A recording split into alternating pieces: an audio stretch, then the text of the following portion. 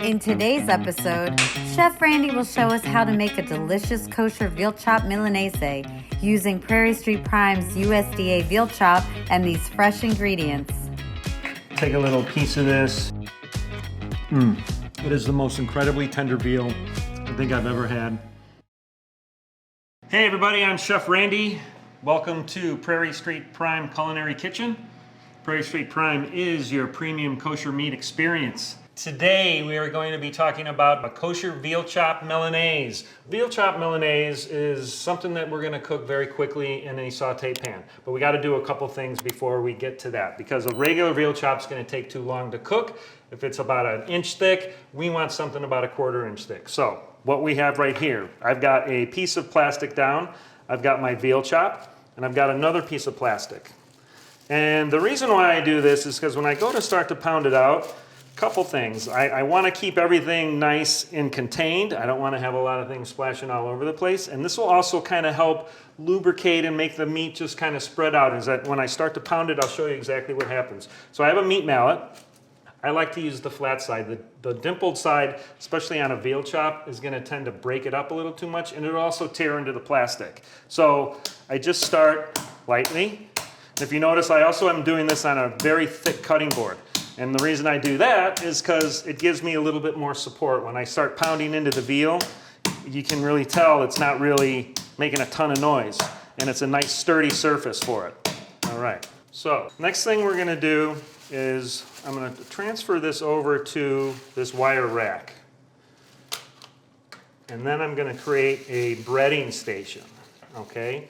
The breading station is a very standard culinary school thing I learned years ago. It's flour, egg, and breadcrumbs. So that's what we've got right here. So I've got my flour, a couple eggs,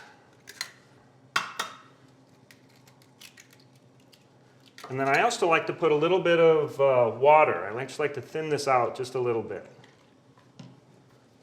Break up the yolks. And the reason why we do a standard breading procedure is because the meat is wet, the flour is dry, the eggs are wet, and the panko is dry. And what that does is it really creates a nice crust, because when we saute this, we want everything to stick together. So, the other thing I have, I like to season the breadcrumbs a little bit with some parsley. A lot of times people think parsley is just like for color, but parsley has a wonderful grassy flavor, and it does give a little bit of color, but I love the flavor of parsley. Parsley goes right into the crumbs. All right, take another fork. You can see that already looks better. Now we have our veal chop. Thing we want to do, salt and pepper. So we're using kosher salt, and I like to make it rain the salt, so the salt comes from way up, and when I do that, it just creates a nice uniform coating. So then we go into the flour, and this is where we don't want to leave it like this. We want to pat the flour off. Too much flour, it'll start to cake off. We want just a really light dusting on it, so you can almost see through it, just like that. All right. You might notice that I'm not going to dip the bone in the breadcrumbs. But what we're going to do with that is we're going to be basting it with some non-dairy vegan parve butter, and we're going to cook it with a little bit of avocado oil. And what I'll be doing is I'll be basting up onto that bone to get that cooked. So we get this sitting here, and now you can see as I sit this down onto the tray, you get a little air going around. It's going to really set that crust. It's great. Okay, so we've got our veal chop breaded, the veal Milanese breaded and resting and ready to go. So what we're going to do now is probably something that's not very traditional, I would say. A lot of times tradition is a arugula salad with tomatoes and maybe some radishes and a little Parmesan cheese. We're going to use a different type of Parmesan cheese, a vegan cheese. I like to make what I like to call a little Schmear, if you will, and it's kind of like this little secret sauce that goes underneath that when you're biting into the veal, you're just like, what's going on with that? And it's really nice. And we're gonna do a little bit of fresh minced shallots. So we only need half a shallot, so I'm gonna really thin slices this way, one across the top this way, and then I just go back and mince. I like them to be relatively fine because I don't want them to be too crunchy and too big. I want it to be just a nice sweet onion note when I go into there. All right. Next thing we need is some fresh tarragon. And that we go run our knife through that. Then we have a little bit of capers. Capers are just little pickled flower buds. And these have been rinsed. I like to rinse capers. Sometimes they're packed in salt, sometimes they're packed in a brine or in like a little bit of vinegar. But I rinse them because I get a better, more true flavor of the caper. Plus I'm not adding a lot of salt and a lot of other things to it. I like to control the salt. All right, so just rough chop on that. All right, so then we have our mayonnaise. And everybody goes in. Then we have a little bit of Dijon mustard, about a tablespoon. That can go in. A little bit of salt, a little bit of pepper, and then one of the greatest tools on the face of the earth, microplane. Love to have this citrusy bite to it. Kind of wakes everything up. I get a lot of people that say, you know, what's the best way to fix food? A lot of times salt, acid, those two things are going to make things taste wonderful. All right, so then just a little bit of lemon juice. So you noticed I zested first. It'd be hard to zest this after I squeezed it, so definitely do the zest first. And then just mix that up.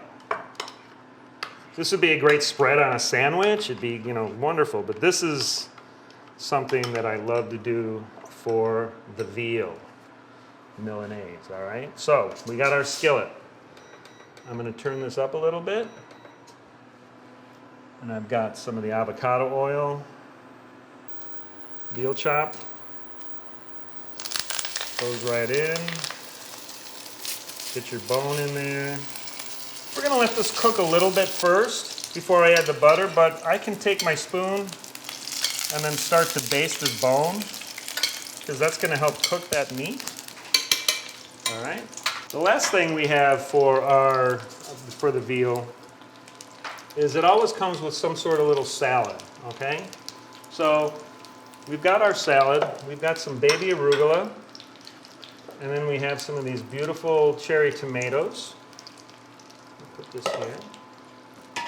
And I've got some radishes, and these are beautiful red globe radishes, which I am going to just cut in half. I've got this beautiful sharp slicer. Just gonna cut in half. I want nice thin slices. Those guys go into the bowl. Now I'm gonna add a little bit of our Parve vegan butter, non-dairy. All right, now this is where I'm gonna baste this bone a little bit more. Got a nice, beautiful brown. This right here, some people may say it's a little brown. For me, it's just like nutty, luxurious, and wonderful. All right, and then we have some of these wonderful little cherry tomatoes. And I'll just go in half however I slice them. I just like things to look natural. Those can go in. Check our meat. You can see the butter is starting to turn a nutty color. As I'm basting, I'm still caramelizing, I'm still toasting. You see, as I hit the meat, it starts to sizzle and starts to caramelize. Next thing for the salad, really simple. We have some baby arugula. And baby arugula is really delicate. So I'll show you how I like to dress something like this, because it's something that arugula, if it's overdressed, will get really wilted or soggy. So I will take a little piece of this lemon. So I squeeze it around the outside of the bowl. Okay, and then with the olive oil, same thing. Squeeze it around the outside of the bowl. And what that does is I'm able to bring the dressing and the lettuce together gently. Little salt, little pepper. We'll let that sit for 1 second. Our veal is looking absolutely amazing. So we're gonna pull this off. We're gonna let that rest. We have our plate. So the Schmear, this is all you need. because I just want to smear it. And the veal is going to sit right on top of that. All right. So we're going to put this here. And then what we do is we gently bring our fingers in, grab the salad. Vegan Parmesan cheese. And this is just, it's non-dairy, Parmesan cheese. All right, everybody, it's time to taste this Prairie Street Prime Veal Chop Milanese. I have a little chunk of lemon on the side. I love to serve lemon on top of this. Just a little bit of squeeze. The lemon is wonderful. Cuts through some of that crunch on the outside.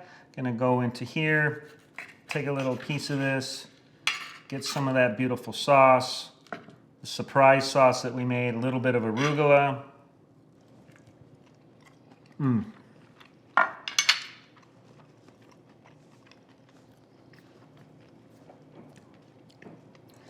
Oh my God. It is the most incredibly tender veal I think I've ever had. It's an incredible way to cook something quick. Beautiful veal chop Milanese, Prairie Street Prime. It's tender, it's sweet, it's just full of flavor and juice. It's wonderful, it's crunchy on the outside. It's got saltiness, it's got the acid, it's got the salad, it's hot, it's cold. It's hitting on every cylinder as far as I'm concerned, as far as a dish. I think that's why it's one of my favorite ways to cook veal chop Milanese. It is just awesome. Coming up next on the Prairie Street Prime Culinary Kitchen channel, you'll learn how to make delicious kosher Tuscan lamb chop.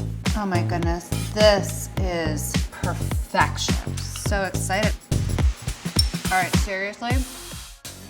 This was Prairie Street Prime Kosher Veal Chop Milanese. Prairie Street Prime is your premium kosher meat experience. Please subscribe, like, hit that notification bell, and we will see you soon.